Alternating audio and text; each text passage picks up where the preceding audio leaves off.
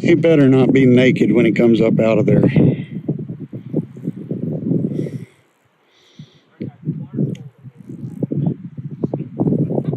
Good. This is the Aptitude Outdoors podcast, where we interview conservationists, hunters, anglers, and outdoorsmen and women to bring you the greatest stories, information, and advice from the best in the world. All right, everybody, welcome back to the Aptitude Outdoors podcast. Thanks for tuning back in. Today, I have a very special episode for you. It is a roundtable from the Huntfish Podcast Summit, all about fishing. And when I say it's all about fishing, we have some serious fishing experts on this panel, not including me. I'm not a fishing expert in any way, shape, or form. But we have Steven Bardin. He's the fisheries biologist for Major League Fishing. We have Todd Craighead. He's the host of the show Outdoor Oklahoma. We have the one and only ranch fairy, Mr. Troy Fowler, who is not as well known for his expert fishing abilities. We also have two guides. We have Derek York, host of Impact Outdoors, also owns the guide service Spot Stalker Fishing. And we have Captain Steve, aka Scooby, who is a guide at Mudfish Adventures. And we have a discussion about tons of different stuff. We talk about the controversies around forward-facing sonar.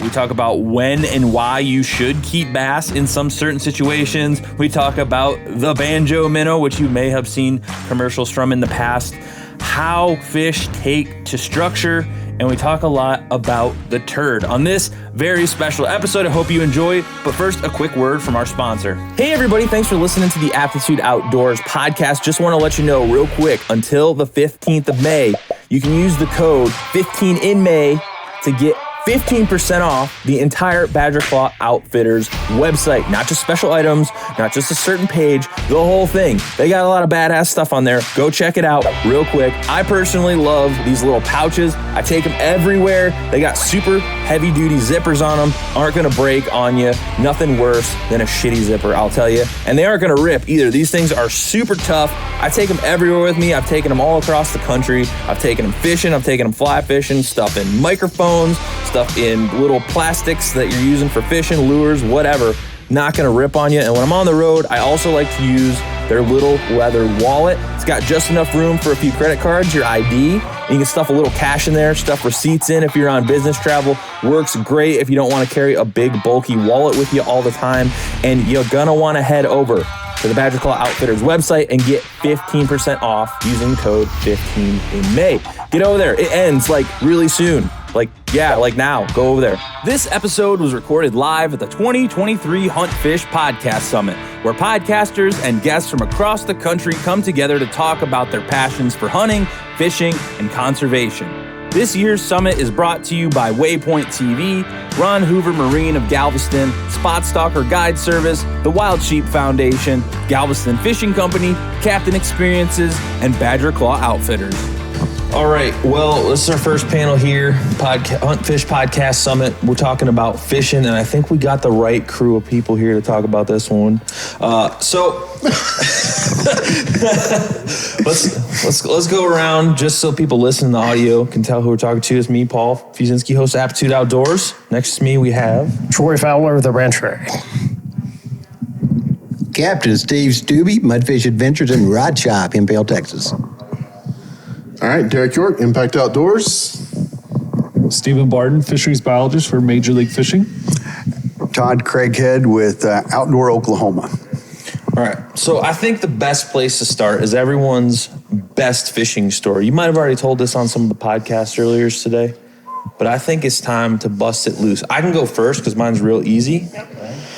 Yesterday, I got here and went out to this beautiful lake behind us on the Warren Ranch, and I caught a decent-sized bass, probably about 2 pounds, and I'm reeling him in. And there's a buoy out there in the middle of the lake that you can see, and he decided to wrap himself around that buoy, which is not a big deal. And the hook gets caught in the rope holding the buoy in. So I had to get in my underwear, jump in the pond, and go save the bass's life. You should have gone naked. I know, but you guys are going to have to pay for that. I think it would have been a better idea. So that is Then when your underwear were wet, so you got to be practical here. Well, they're quick dry. No leeches? You didn't find any leeches? No leeches. Pond's notorious I haven't for checked all the leeches. crevices, though. I haven't checked all the crevices. Leeches would be awesome. But, I think that's probably simultaneously the best and worst fishing story I have. So anybody else got another banger for us? I know you all fish a lot more than I do, so. I caught a 16-inch tarpon on the National Seashore on a 2-inch Rapala, completely unprepared on 12-pound test. Thank God somebody had some. I ran into a guy, I saw the tarpon, and I drove up to a guy and said, "You have any leader?" And he's a dentist from Austin. He's a friend of mine now. Oh, wow. That's Roland great. Saraday. He was tarpon fishing too. He said, "We got 50. I said, "Great, can I have some?" He said, "Yeah, sure. How much you want?" So I took like 20 yards from him and tied on. I'm looking in the water, and they're all too big. I don't have an adult fishing rod. I got trout gear. You got adult arrows, though. I do have adult arrows. So I look at one that's about 40 inches, and I throw, and a 60-incher jumps. And I said, I miscalculated or something. An hour later, the fish is from here to the end of and I can't do anything with it. And the line breaks. I never touch my reels to the sand. Never. It's the greatest flaw in surf fishing. Never set them down. Not today. It broke. I went like that, and I freaking MMA'd him. I jumped on that tarpon and pinned him to the bottom. And I've got a picture of me soaking wet. With a tarpon on 12-pound test, sight cast. So that reel I had to clean, obviously, but I didn't think twice about it. I just went like that and just freaking full Nelson. Like, I love that. I don't know if he survived it. He swam off, but he probably got eaten by a tiger shark right after that. Oh, no. Yeah, likely. Oh, yeah. That was a bonus. All right, I guess I'd have to say when a guy gets to go out and fish with another guy, that's kind of a blessing for us. So I was out on a trip, and the other guy threw conventional gear. I was throwing my fly rod. So we were on some bass areas up next to a cypress tree. And basically, nothing was happening that day. He was throwing his conventional worm, Texas rig. Like, I threw the fly in next to this tree. I let it sit. It's a big frog fly. I popped it one time. 2 bass come out at the same time. One from 9 o'clock to the center, one from 3 o'clock to the center, both at the same time, and tried to engulf that one frog fly. I missed them both, and the guy goes, "Scoob, that was worth the trip right there just to see that." I got to say, that was the tops of tops in my area of Toledo Bend. There you go. Whoop, whoop. I don't even know where to start. I know. With mine, I've got quite a few, but probably the most recent and most memorable catch wasn't even caught by me. And my buddy Shane's going to see this and be like, yeah. And we were out year before last, so 2021, out working in the Gulf of Mexico. We see a buoy I've never seen before. And I'm like, I'm going by this thing. And so the guys are working up our samples in the back for work, and I'm cruising over. We don't have fish pole on the boat or nothing. And pull up, and I'm like, there's got to be something around this buoy. It's the ocean, stuff like floating things. So I'm thinking mahi, cobia, triple tail, something like that. I ain't seen nothing on it. I'm like, it's weird. It's covered in algae. There's some bait fish around it. Like 5 minutes goes by, and I finally had seen like a little in the algae, and there was a giant triple tail laid up on the side underneath the buoy, which if you fish saltwater, that's what they do. And I was like, oh, there he is. And he popped out. And when he swam out, I was just like, that is a big one. 15 plus, 15 to 20 pounds. And one of the biggest ones I'd seen in our area. Couldn't catch him. I tried fixing a hand line and like throwing a dead croaker out there. It wouldn't eat. So I'm like, I'm off tomorrow. I've got to find a way to get back out here on my boat. And heavily traveled area for tarpon fishermen. They check all that stuff. And it was close to a rip line. I was like, I don't even know if this thing's going to be here tomorrow. But by God, we went back out there the next day, a little choppy. And we couldn't see the fish. My buddy Shane threw out a free line. I said, put a weight on it, see if I go down, because we hadn't seen it. And as soon as he put the weight on, he ate. And I knew it had to be that fish, and he lost it. His first hookup. And I said, just put another shrimp on, throw it back out there. And I mean, as soon as that thing got down about 5-6 feet. That triple tail ate, and I'll have to figure out how to post the video. But it was a pretty epic video because I got almost everything except for when we got on the boat. I threw my camera down so I didn't drop it on my tackle box, and then you can hear audibly how excited we were. And we boated this almost 17-pound triple tail, and that was fun. Being able to go back the next day and target a fish that cruises all over the place. So, all right, Derek, I'm going to piggyback and do a story that's not completely mine. I didn't catch fish. In 2019, Gary Klein and I were fishing, and we were trying to catch a sharelunker for Texas Parks and Wildlife. Now, sharelunker has to be a largemouth over 13 pounds, and we all know how crazy it sounds to be like, I'm going to go catch one today. So we go out with several professional anglers, Alton Jones Jr., Kelly Jordan, Dave Terry was there, and we fish all day long, and Gary and I had 97 fish, none of them anywhere near a sharelunker. Well, the next morning, cold front came in that night, and temperature dropped, and it was going to be 14 degrees and sleeting. But we were already there. We were staying in the hotel, and so Gary and I decided we're going to go. We're the only ones that showed up at the boat ramp. We launched the boat. We go to the exact same spot we were catching fish, and we're both freezing, and we said we're going to catch 3 more so we can hit 100 for the week, and then we'll leave. And Gary hooks a red ear sunfish in 30 foot of water on a drop shot and brings it in. It's like 1.25 pounds. He releases it and drops immediately down again, and we had floated out just a little bit deeper. And so we were about 35 feet, drops it to the bottom, and I got one. And he sets the hook and he goes, it's a big one. And I'm in the back of the boat. I take off my rain gear and I pick up my phone and I call the sharelunker truck. And I said, come on, we got one. And put my phone down and get in the bottom of the boat. And Gary fights this fish on 6-pound test.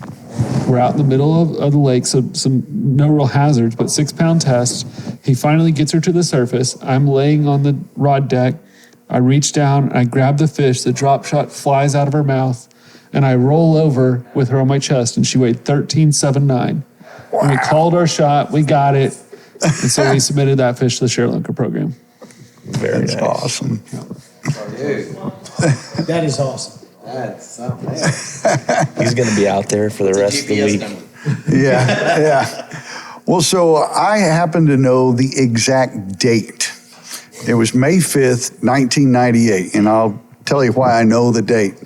A friend of mine had a watershed lake on his property that NRCS was draining to work on the dam.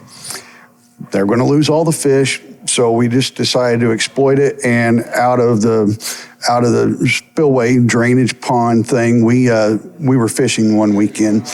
It was just fish in a barrel. I mean, they were thick in there, and we were catching a lot of 8 to 10 pound channel cat. And you could spit across this little drainage. You know, it wasn't. Big, it was smaller than your typical garage, say, 2-car garage. It was small. But it was packed with all the fish that were coming through the drain. And so we had every pole that he and I had between us out there rigged up with chicken livers and whatever. And so we caught literally a truck full of these channel cat.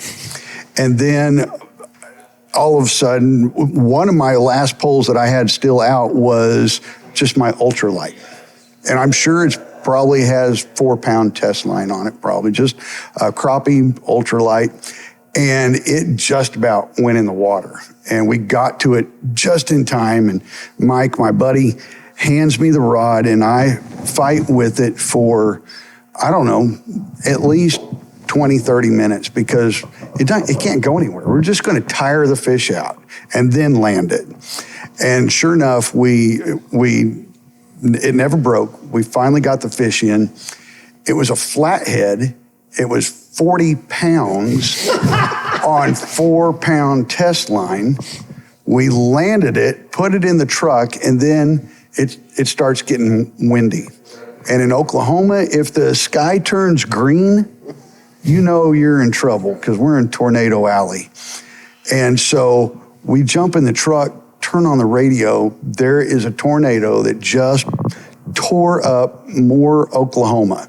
Deadly tornado, people lost their lives in it, and we're in the path. And we're out there in the middle of nowhere.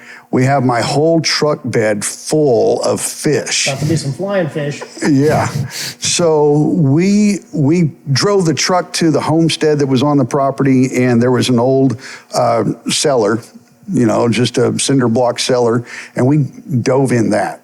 The tornado didn't go directly over us, but it came close. I mean, it took trees down, all kinds of stuff. We didn't get home till like 8 o'clock the next morning because every direction we would go on county roads, we'd hit trees that were down. We were dragging trees with my truck, with the logging chain, dragging them out of the road. Finally made it home with what could possibly be the line class world record flathead in the back of my truck. May 5th, 1998. And down in infamy. Right. Yeah. That is, wow.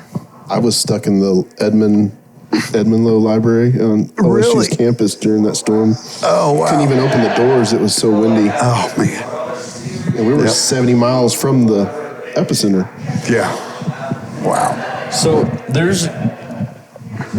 don't have like a super giant experience fishing. I mean, I've fished for a long time, but I've never gotten really serious about it. Is there any trends that you see that are kind of, you think are BS in fishing? Anybody?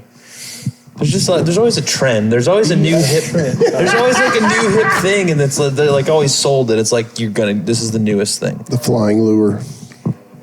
Remember that? You had one? Oh yeah, I bought a bunch of them things. Everybody has the flying lure. Okay, I have one. You're too young for the flying lure. No, the first trend one I remember is the Banjo Minnow. Banjo Minnow. Yeah. Oh, yeah. The only problem with them is they worked. The infomercial. They actually worked. They really did. Speckled trout in the surf love the Banjo Minnow. You feel like an idiot throwing it until you are whipping them out of the water. You're like, okay, fine, I'm good with the Banjo Minnow. It worked. Oh, yeah. Well, you can throw a fluke and look cool. You can throw the Banjo Minnow. It's the same dadgum thing. The Sluggo was the first. Oh yeah, I remember. When the Sluggo came on the scene, it was like second coming of the good Lord. And now Sluggo's not cool.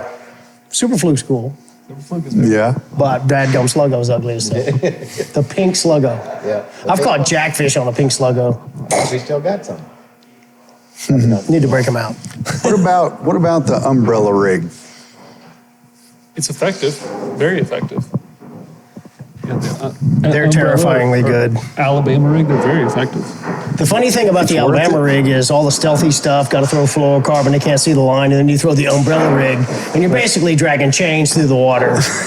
And you can pull a truck out with it, Yeah. and it's fine. Everybody's good with throwing the umbrella rig, but you Yeah. got to get stealthy. You got to throw the fluorocarbon, or they're going to see it.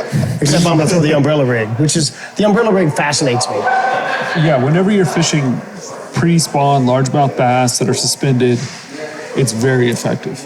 I mean, to the point where a lot of professional leagues, Major League Fishing on our Bass Pro Tour, it's not a legal Method. lure to use. Why anymore. did they do that? Just because it works, or is it because they don't want you catching 5 at a time?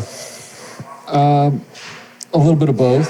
Can you politically tell us? It's not can because you it not be works. politically correct and just tell us what the BS is, everybody? You got to be on the inside. I can be non-political, yeah. I'm just messing with you, man. It doesn't matter.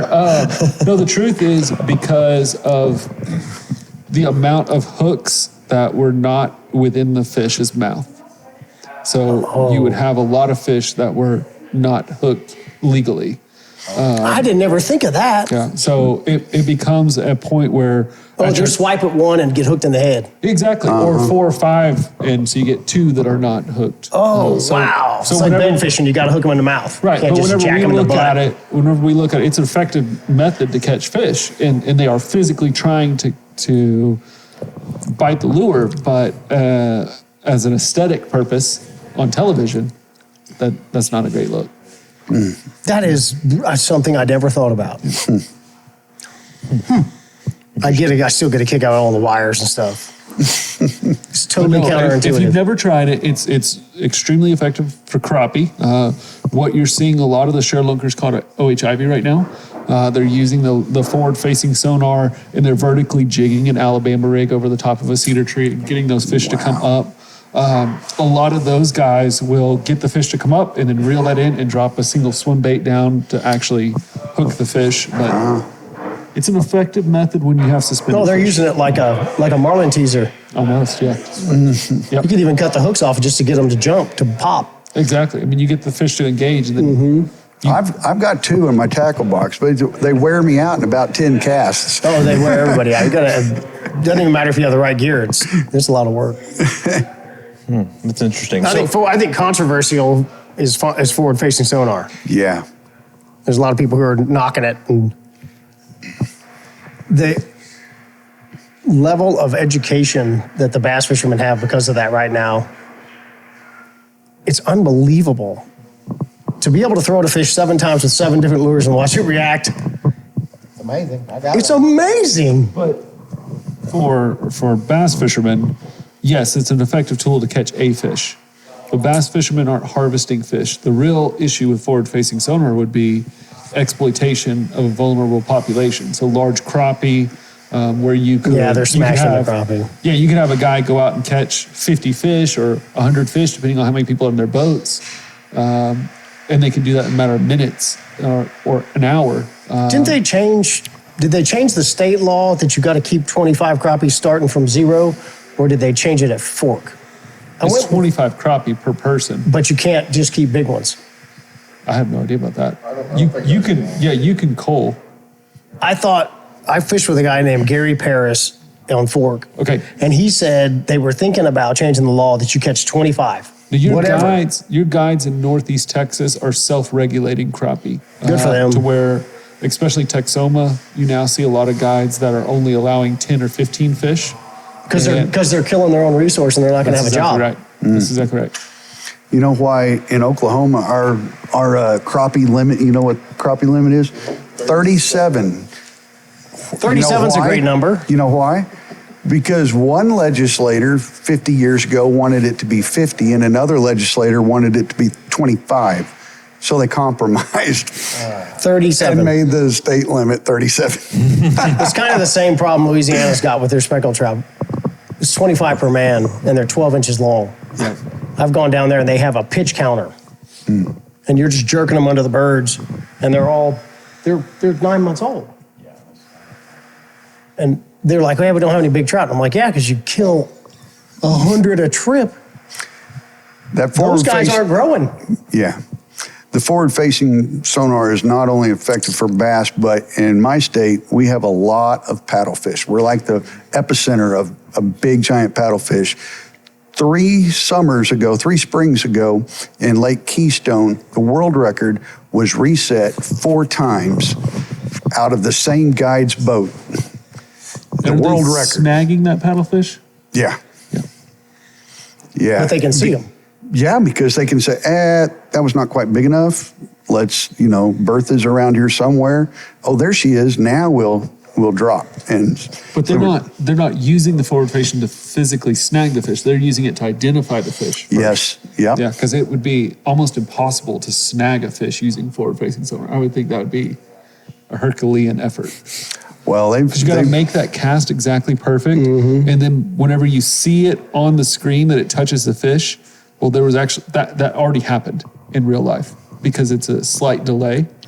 So you would have to feel and ignore what you see, right, to actually snag it. But I could see how, we use it on our electrofishing boat. So for things like grass carp or common carp in private lakes, I can identify those fish are, drive on top of them and turn the electricity on. And I can what a exploit great that tool. population. Yeah, it's So great. you just zap the right stuff, or you're pretty sure you're zapping the right To stuff. harvest. Oh, you can tell. Yeah, you can tell the difference. I couldn't get over when I went with Gary how accurate it was. You could see catfish. I mean, we were fishing some tires and you could see all the crappie, and all of a sudden, dun, dun, dun, dun, dun, dun. I mean, this big old flathead's just cruising on the bottom, and it was clearly a catfish, and it was just too big to be anything else, right? But that was amazing. But I could see the paddlefish, the crappie, your big sunfish in northern waters, bluegill, red ear sunfish. You could see those populations really easily, and you could exploit that population. for what they're doing for the Share Lunker program, catching all those fish out of OHIV, I mean, that's forward-facing sonars doing that right now. Mm-hmm. I want to so bad get one, get a freeze, and go in the ditch at the coast. Yeah. Get in the freaking ship channel with forward-facing sonar and run the walls. Oh, those trout and redfish stack. I mean, the guides know where to go and they can see things. With that thing, you'd be able to tell redfish from trout. I mean, it'd be so obvious. The blunt head carp. It's either carp or trout. Yeah. I think the coolest thing that I seen the first time I used it was, like what everybody's learning from is just the way the fish are acting in the water. Like I didn't realize, I knew catfish come up on the surface a lot, but you don't realize how many catfish are actually swimming up in the upper water column around brush piles and stuff. Because like I said, you can tell what they are and how they relate to that. And then we were on Palestine, I think, with Kyle Brookshire the first time I got to fish forward-facing sonar. And I mean, it took me a while to learn when to set the hook. Because like you said, there's a delay, and I missed so many fish. I mean, I probably missed 20 fish before I finally caught one. Right. And but once I figured it out, the day was pretty good. Well, that's what Gary told me. You could see your jig dropping on these crappie, and he said, "Okay, now don't look at the screen." No, I'm looking at the screen. Right. And you see one peel off and go towards your little star, and it's like, he's like, dude, come on now. And you see it bounce, and you see the crappie go, nah. And it's like, dude, I told you not to look. My son did the same thing like 4 times. He's got to have it. Oh, it's so much fun. Your little star sitting there. Oh, it's crazy fun. I got to get one. I haven't gotten one yet. Do you think there's going to be regulations on that down the road, or you think it's just going to become like the Wild West? Because, I mean, I'm sure they said the same stuff about when the first sonar came out, the first fish finder. They're probably like, they're going to destroy everything, like the paper printed ones or whatever that came out. I don't know. Well, we know that like Kansas is doing an exploitation survey on crappie right now, and a lot of states are going to do that same thing. They're going to research it before they try to restrict gear. Restricting gear is one of the last resorts, right? You don't want to do that. So you would have to have a conservation need. You'd have to be able to understand that forward-facing sonar right now allows me to find fish quickly. But then I have an angler skill level that has to adapt, and I have to be efficient enough. And how a lot of the pros tell me about it is you have to be efficient enough to look at the screen and see distance and then correlate that to reality and make a cast at that distance, at that accuracy. For younger anglers, that's much easier. For people who played video games their whole lives, right, they can reference distance on a screen to distance in reality. For older anglers or people who haven't had that experience, don't play video games, that's much more difficult to learn. So I think, yes, every state agency is going to look at it. We're going to have the research that comes out over the next 5 years. Some are going to react to that and probably restrict it in some way. You may even see like tournament organizations restrict it basically for higher level events or niche events. But until we, as a population, all say that is exploitation, I don't see it. I don't see the laws changing. Does it make your job easier? Yes. In a nutshell, yes. First time out with ours, we've only had like 3 weeks now. I had a 14-year-old kid I was going to take out for a catfish trip for the spring break last week. Mm-hmm. So I went out and I said, well, let's see if we can target catfish with this. So on Toledo Bend, under those coumarin trees, they're up there nesting right now, or they rooster there at night. So when they're dropping their droppings at night, it collects the catfish with the oils, and they're in there. Anyway, long story short, I went up to a cypress tree. I said, all right, I'm going to just scope both sides. There's a catfish on the left side. So we make our own little weenies and a bobber, so we flip that out there, and I watch that weenie go. And all of a sudden, his catfish come over, just like you did. Right. It's like, I didn't even see the cord go under. He already had it. I was thinking, this is going to be neat. So I went to the next tree. I said, there's some over there. So I pitched out a weenie. Weenie's coming down. He didn't get it. I said, well, he's right there. I know he didn't see it. So I moved over to the tree about a foot from the tree. I dropped it on his head. He went in the cooler too. So So I'm sorry. The second, well, they both went in the cooler. Okay. It's a catfish. Yeah. They're made to be eaten. Blackened catfish is delicious. Anyway, so that helped me on the catfish mainly. In sonar, when I'm using it in shallow water with the gator tail, 3.5 feet is probably its lowest limit it could probably work in. So we learned to be right on the break of something, of the creek channel, and just kind of scope around. I'm not seeing them feed or anything. I'm really looking for the mood of the fish. I'm really not looking for the fish itself. I'm looking for the structure that they should be on. Over 20 years of the area, I know his mood should be there. He should be there. And then I'll just do what I do as a fisherman. It's my job to understand what to get him on. That's the fun of it. I could turn it off after that once I find it. Right. Now the crappie's a little different situation since we're talking filet mignon of the bay or the lake, which we're having crappie cakes a little later. Mm-hmm. So it really comes in handy on that. But that don't mean they guarantee bite when you just got down in that brush pile either. So you still got to have a skill level. But what I've learned with it just in the last 3 or 4 weeks, it's helped me to understand what the fish really do. And one thing, a jig and pig, what y'all do with Gary and all, I'll throw that jig and pig out there and watch it fall. We're going way too fast. You watch that jig go like a kangaroo. I'm thinking, whoa, I'm going way too fast. So that's why I'm catching more fish on our fly rods, because we can't fish deep and we can't fish fast. So we pick up more fish on a fly rod for that reason. Now I understand that when that jig and pig, if I can just get him to hop 4 or 5 inches and crawl, that looks more real than a and that's why I'm feeling out the mood of the fish was forward-facing sonar for me. Yep. Does that make one any last sense? time, can you demonstrate how you wiggle your weenie? Very carefully. I don't know if we want that. I can show you. You were my first.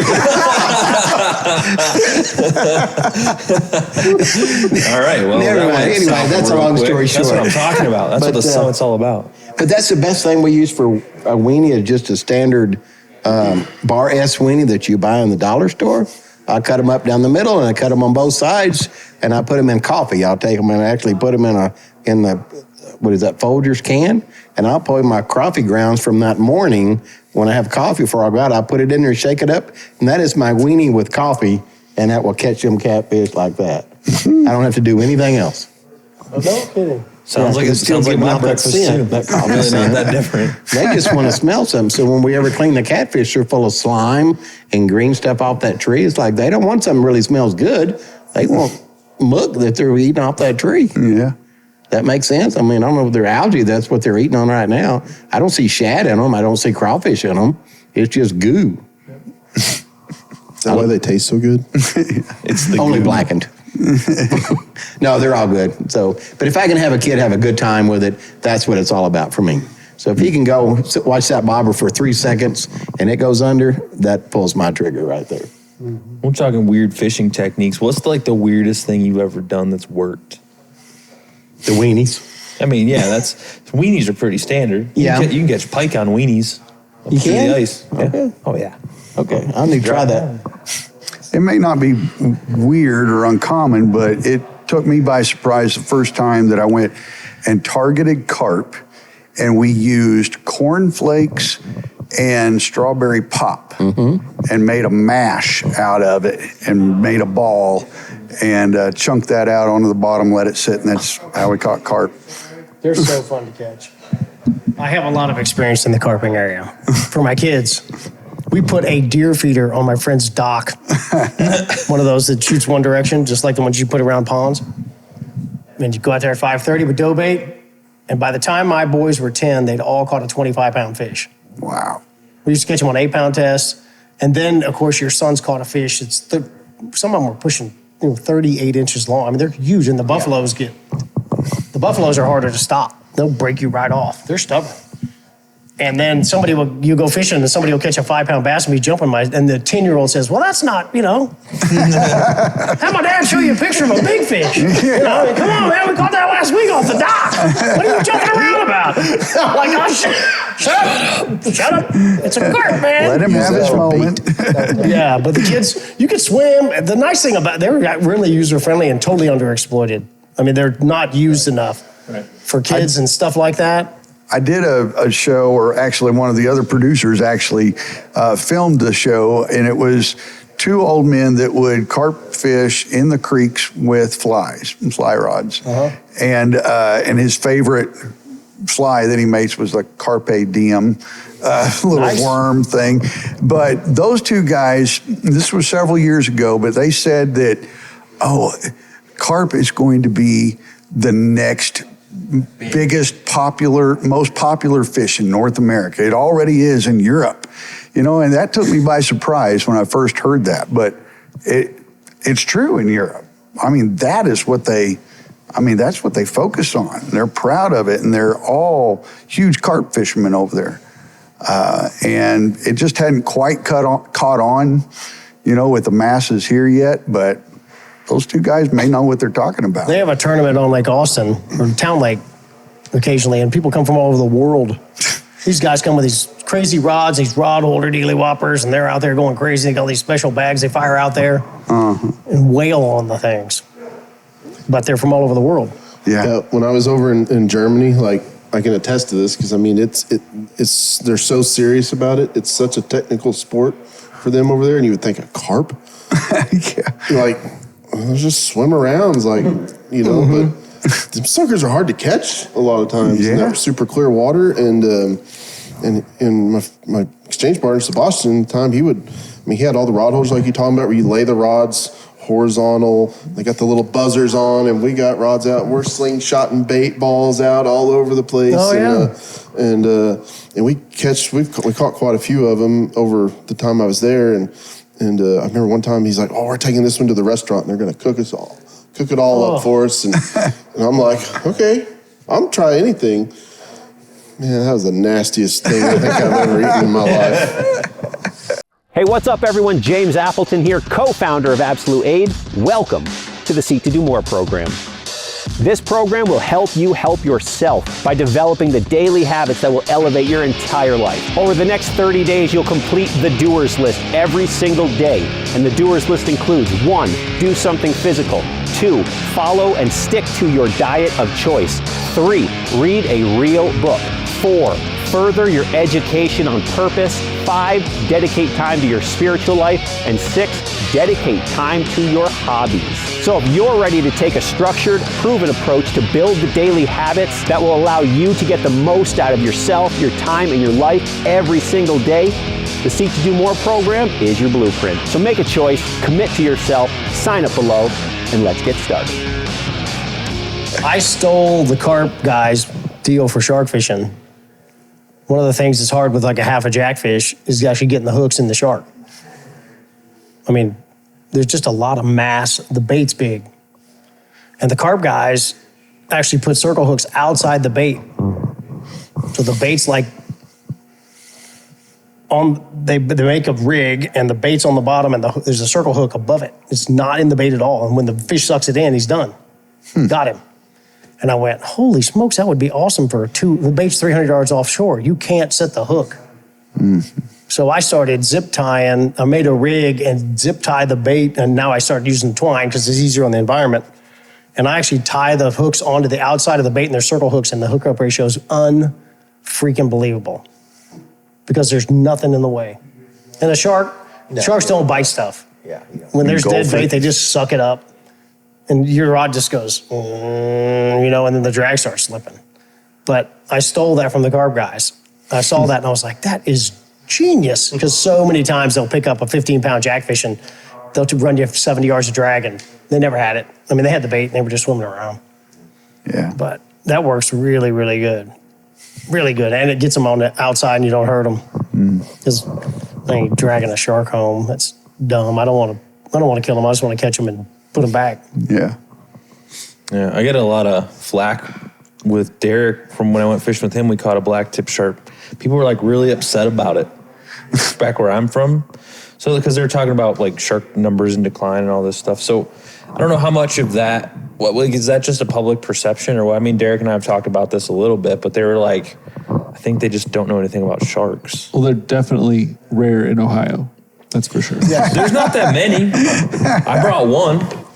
I know there was one there. The one lady was referring to a different species of shark totally altogether. Okay. Not the black tip reef shark from wherever the heck they live. But I mean, in our neck of the woods, down in the Texas coast, I mean, black tips are like Everywhere. And they're a sustainable resource, and they're highly edible. People love eating black tips. They mature fast. They can reproduce. I mean, the minimum size limit. And I think that's one thing that people don't understand, and we'll bring this up, is size regulations. For the most part, the minimum size limit is what a fish needs to get to reproduce one time before it's taken out. And most people don't know that, I think, about a lot of things. But so like black tip sharks don't have to be 24 inches before we can take them out. You can keep one per person per day. But they have their pups super young and are very sustainable here. Now, Well, you need some kind of a limit because you're going to hurt one. You need to be able to bring it. Like zero catch is stupid because you're going to gill one, you're going to tongue hook them, you're going to hurt them. It's like the snook down South Texas. You can keep a snook. Those things go like hell. They love topwaters, and topwaters are hard on fish. You're going to kill one. So you got to have the ability to kill one. Yeah. You can't be zero or you shouldn't fish for them. It's like saying you can't fish for great whites. Okay, well, tell the sharks, because if you have baits out, the great white might show up. I have to put little signs on the baits. Yeah, don't eat this, no great whites. Does that work like the deer crossing signs? The deer It aren't works the allowed to same, cross there? exactly I the thought same. they crossed right by the sign. Yeah. Yeah. Well, then you know slow down. You know where to drive fast and where not to drive fast. Is that how it works? Yeah. I was always confused about that one. I'll tell you one of the controversies that I personally have a problem with in the state of Texas is all the guys I know who bass fish don't kill them. As a general rule, they generally don't kill them. You wound one, you bring it home. But they don't, I don't even know what the size limit is. I don't even think about it. If I catch a 12-pounder, I'm putting him back. I'm just not killing the fish. They go to the coast, they bring in a Yeti with block ice. They're boxing everything they can. And we're limited out. And I'm like, you're the same clown that hadn't killed a bass in 12 years. Why, when you drive 2 hours, do you turn into a maniac? Because I haven't killed a speckled trout. I've killed 3 trout in the last year because they were hurt. They weren't going to make it. And I don't know, I can't square with that. I don't know why everybody thinks the ocean is you just whack them all, stack them up. No. I'm glad they brought the regulations down on the trout to 3 because of the freeze, but I don't understand that mentality. They've got a $90,000 bass boat, forward-facing sonar, 7,000 fishing rods, and they don't kill bass. You drive to the coast on a charter, we better limit and kill them all. And I just doesn't square. Is that just a cultural thing with bass? You know, I mean, because there's nothing wrong with them the way they taste. We used to eat bass when I was a kid, but like it's the same thing where I'm at. Nobody's taking bass home that I've known. The bass organizations have done a great job of focusing on catch and release. And there's a ton of guides down south that only throw lures. Like, you'll pay $700 a day and you better bring your own waders, your own wade box, you bring your own gear, and you're not killing anything. If you hurt one, we're killing it. Got it. But there's no stringers. That's the guys I fish with. We'll catch 35 So, trout. Steven, is it a great idea to not keep any bass in every situation? Because I know every water body is different. As a general rule across the United States, our largemouth bass fisheries are underharvested. As a general rule, they're underharvested, which leads to some issues. Largemouth bass in particular don't need any conservation status. At this point, they're overabundant in most environments. Right. And you see state agencies across the country, if not in fishery specific, but you take Oklahoma, for example, across the entire state, have loosened bass regulations and are promoting the harvest of fish under a certain size. Let's call it 14 inches. You can have as many as you want under 14 inches. Florida's the same way, as many as you want, because we do need to protect advanced size fish, but those smaller size fish, they're not necessarily juveniles, they're stunted at that size because of competition. You see what happens in some of the lakes like Browning where they have a slot, Yes. and there's just giant redfish in there. Right.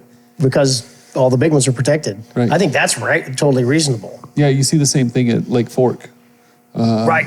where you allow harvest of smaller size fish, you protect the spawning class, and then you will allow some harvest of those larger fish, but as sport fishermen and bass fishermen have opted out of that higher end class of harvest. So it's just the smaller fish coming out. That's really how it should be if we want to sustain trophy fisheries.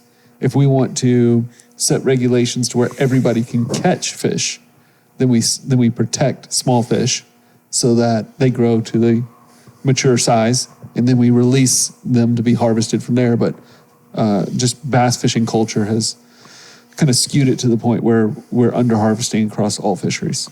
Can't do anything, you it's mentioned always- that because I'm a part of the promotional team that is going to fight an uphill battle because it's a cardinal sin to keep a bass, and we know going into this will be our first spring with this new regulation in place, and we know that it's going to be an uphill battle.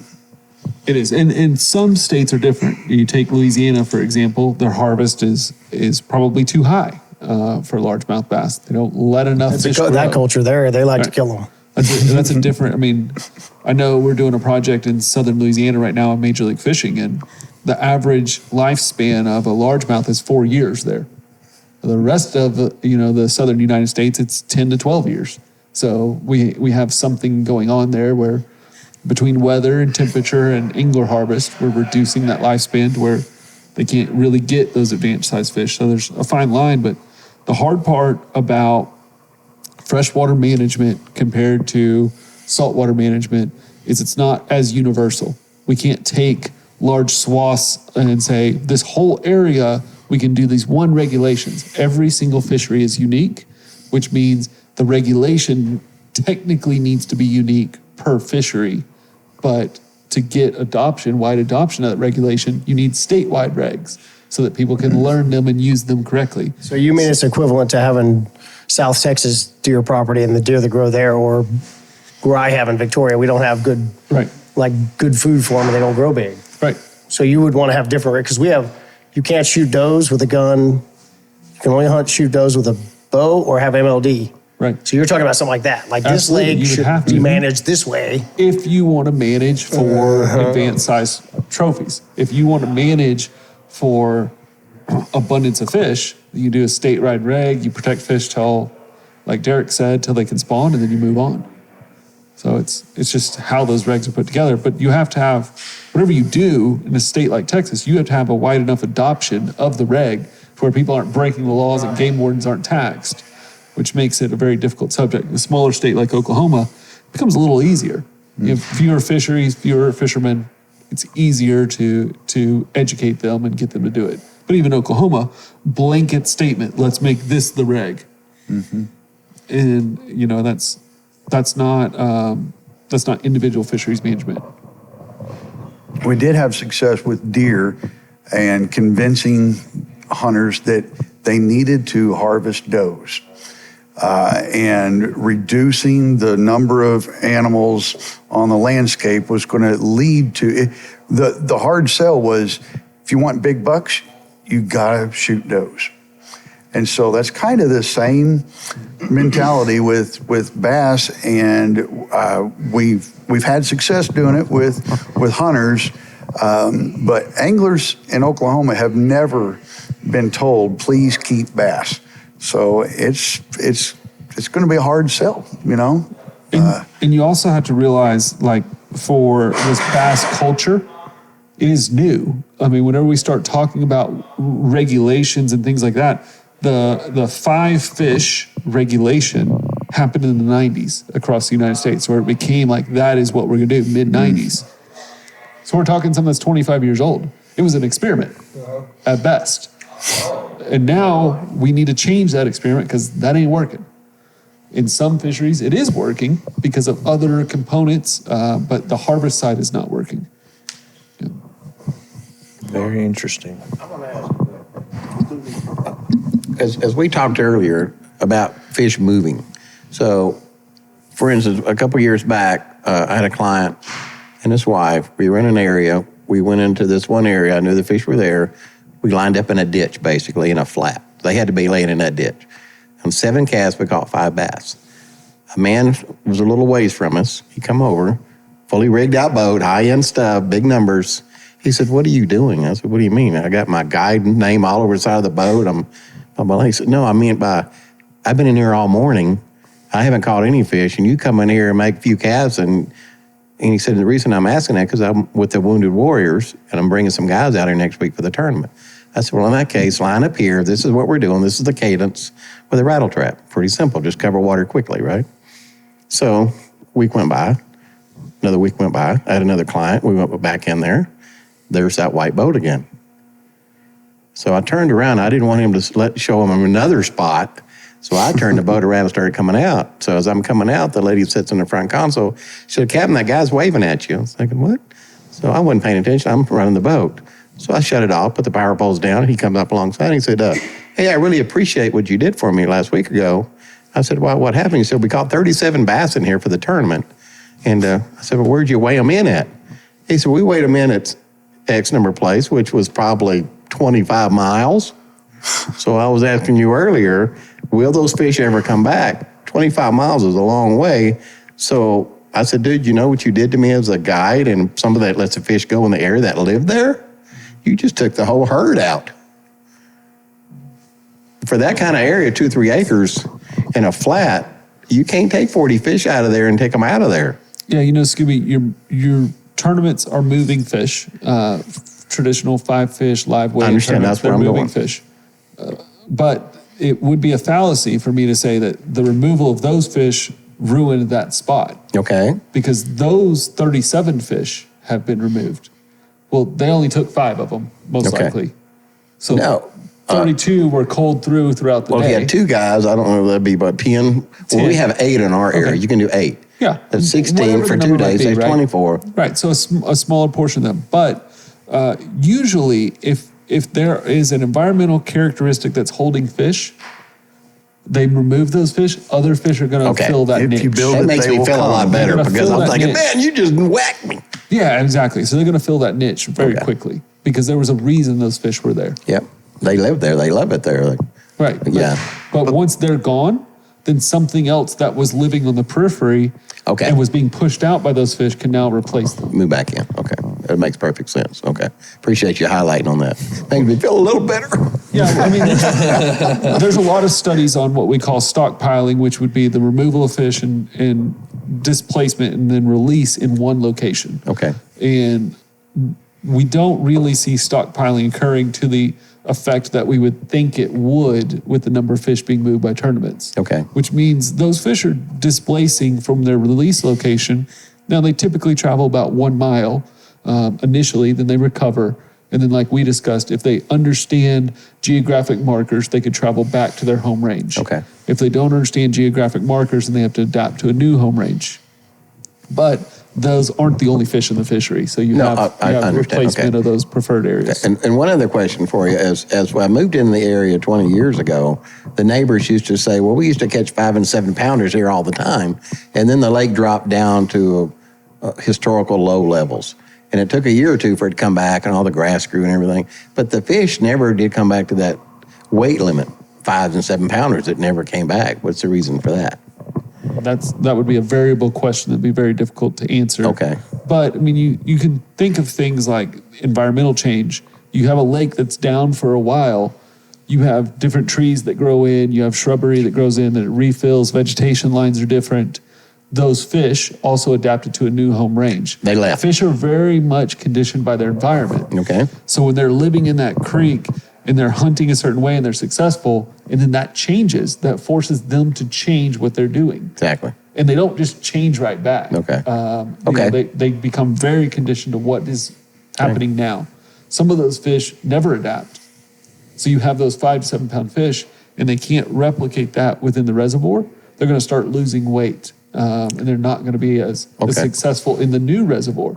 A juvenile fish that only know the new reservoir, the lower reservoir, are going to increase in size very rapidly because they can thrive in that environment. So you have all these things that are happening all at once. A lot of barrel. Okay, Yeah. so, okay. Got a question on top of that, just for fisheries guy. How fast do the fish come back when the guys are fishing in tournaments? If they find a rock pile on a point and they're cranking and they whack them and they haul them out of there, are there resident fish around them and they get back on the pile, or do they Absolutely, yeah. There are- fast, like tomorrow? No, like hours. There are fish that will Really? move. If you have something like that that's drawing fish that well, it will happen with hours. Now the fish that were physically removed, No, I got that. It depends on the release location. So those guys in the tournaments, if they find a couple of spots that are just smoking hot, if they get 5 and get out of there, Yeah, I mean as long they'll as probably have 5 more plus what was there tomorrow. yeah. They'll have, Because it's the same thing. There's fish on the periphery who couldn't Most go of the in. They're guys- not as angry or whatever. right. Most of the guys bullies find, left. They find like a pattern that works and they create a rotation. And they're looking for when do those fish arrive? Can I be there at that time? And they run through their rotation. Now the hard part is whenever you talk about the top level pros, they all find the same stuff. Right. I mean, it is unbelievable because on Major League Fishing, we have the GPS locations. I know where the fish are caught. And we can monitor their boats throughout the day. And they will hit the same areas. They're the best in the world, or the best in the world for a reason.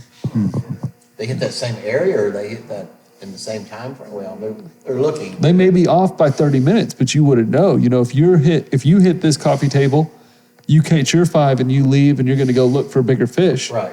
There may be 3 more guys that come by that coffee table and pull 5 fish off it before the day's over. No kidding. Yeah, absolutely. Okay. So don't get discouraged, just keep fishing. Right. Oh yeah, Keep there's fishing. plenty of them. That's amazing.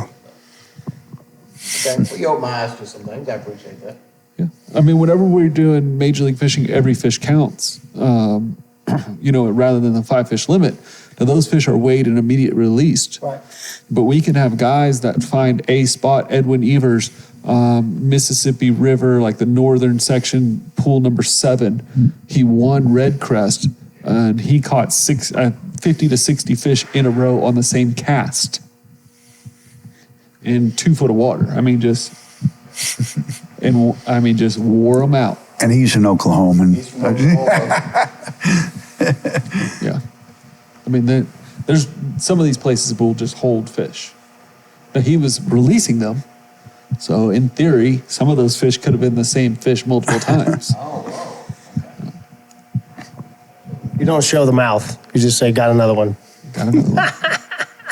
Got another Side one. story Weighed out 2 that side.1/4 again. Yeah, wow. Hey, that's the dumbest fish ever. Exactly, I like right the dumb on. ones. I'm a fan of dumb ones. I like he the releases them on the same side of the boat, and they'll go right back there. He don't throw them at the back of the boat. I would throw them over there. Throw him Oh, over that's a there. penalty. In Major Oh, I League know. Fishing, yeah, Yeah. you got to release below the gunnel. Or 2-minute Can't penalty. fire them back. That would be awesome. Get a freaking cannon, launch them out there with a slingshot, right by the lily pad. Fire right in there. Got him again. So like a lake like this right outside the door. This always is like, I'm very curious about this because all the old timers, anytime you go to any lake, they're like, there's more fish in this lake than you could ever catch. Like how many, like just off the number, how many fish in general you think that lake could hold right there? Doesn't have to do anything specific, just like number of sheer bodies in that water. Per acre? Yeah, that can be tough. It's going to depend on size, right? So think about, I know we covered it. We have a carrying capacity within your lake per acre. So let's say it's 100 pounds. Well, if we have 10 fish, then they're 10-pound fish.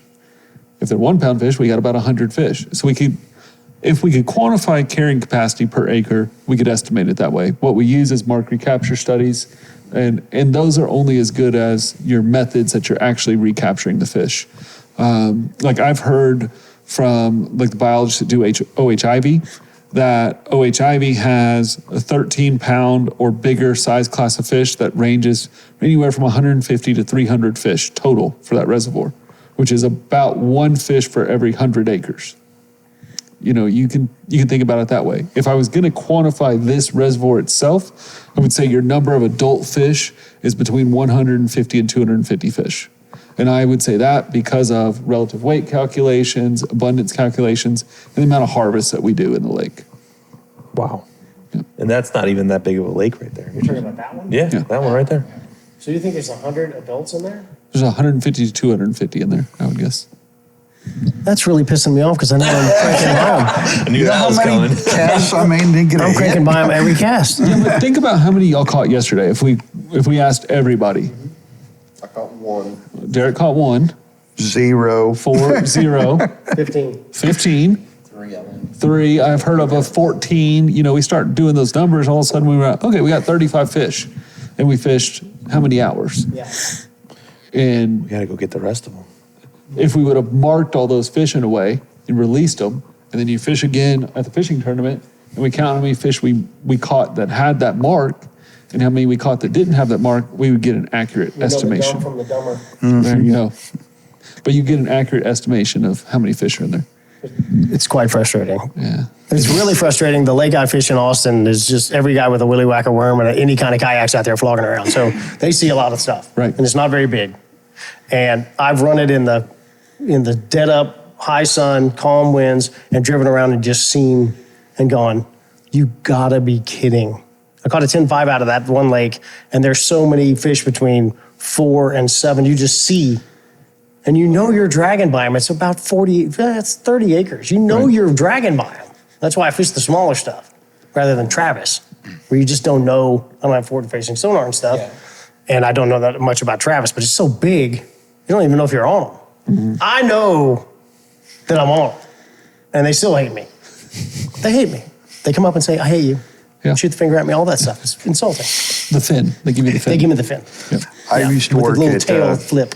At the Bass Pro Bastards. Shops part-time. And in the beginnings, when I first started that, they would let me up on the tank. Every Bass Pro's got a big aquarium.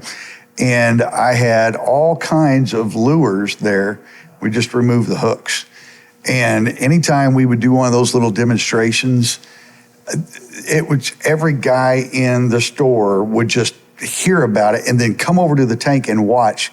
And they were just studying how those fish reacted to different lures, whether they looked at it or if they swam over to it or if they could care less. And it was like everybody was making mental notes about exactly how they were reacting to each.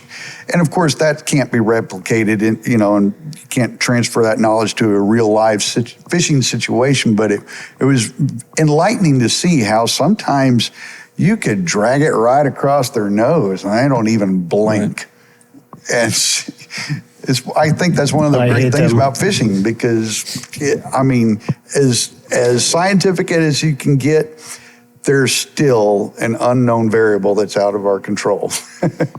Yep. I'm going to use AI computer technology to calculate the best way to catch a fish. Okay. And I'm going to test every theory. No, I'm never going to do that. Well, I think this has been a productive chat. We've got a lot of controversy stirred up and talking about our weenie fishing experiences. Coffee weenie. Coffee weenie. So I think this is a good place to end it, guys. Thank you. I think it was good to get everybody's opinion. I'm glad he was here. Yeah. Because now I'm really pissed at him. Yeah. There's a crap load of fish in that lake I'm not catching. I think that's I'm going to get 3 rods and 14 lures. I'm going to get the umbrella rig out with hooks all over it, triple hooks. And I'll dive in and Snag them, whatever it takes. Snag them, I don't care. In a bass be conditioned. In other words, you throw the same lure every day. Just like Canyon was telling me, she throws a spinnerbait.